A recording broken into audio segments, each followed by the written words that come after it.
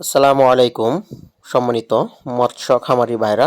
তো এখন আপনারা ভিডিওতে যে মাছের পোনাগুলো দেখতে পাচ্ছেন এগুলো হাইব্রিড জাতের মাগুর মাছের পোনা 2025 সালের নতুন পোনা এগুলো।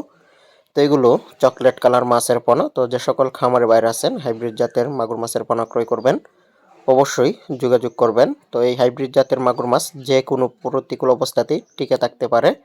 তো হাইব্রিড জাতের মাগুর মাছ এইগুলো কিন্তু অনেকেই আছেন যারা মুরগির পোলট্রির নিচে চাষ করেন, তো তারা কিন্তু এই মাছের পোনাগুলো নিতে পারেন আমাদের কাছ থেকে। তো অনেক মাছ চাষি ভাইদের পুকুরের উপরে কিন্তু পোলট্রির খামার থাকে, মুরগির পোলট্রির খামার।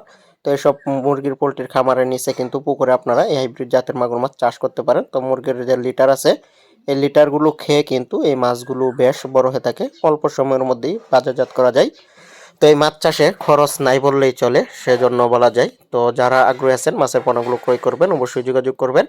তো এই মাছের খরচ বলতে একটাই, যে আপনারা শুধু পোনা ক্রয় করে এই মাছগুলো যদি আপনারা নার্সিং করেন, নার্সিং বলতে 10-15 দিন বা সর্বোচ্চ 20 দিন যদি দানাদার খাবারটা খাওয়ান, পরবর্তীতে যদি এরকম পোল্ট্রির নিচে বা যে কোনো জলাশয়ের মধ্যে নোংরা আবর্জনা জলাশয়ের মধ্যেই চাষ করতে পারবেন।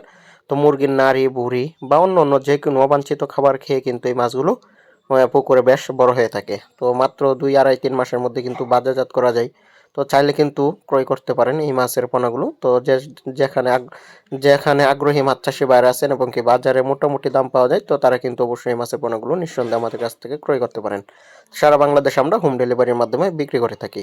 তো স্ক্রিনে দেওয়া নাম্বারে যোগাযোগ করবেন যদি আপনারা পোনা ক্রয় করতে চান অবশ্যই, তাহলে আপনারা এই মাছের পোনাগুলো নিতে পারবেন। তো অবশ্যই আপনারা আমাদের কাছ থেকে চাইলে এসেও নিয়ে যেতে পারবেন। আমাদের ঠিকানা ত্রিশাল, ময়মনসিংহ।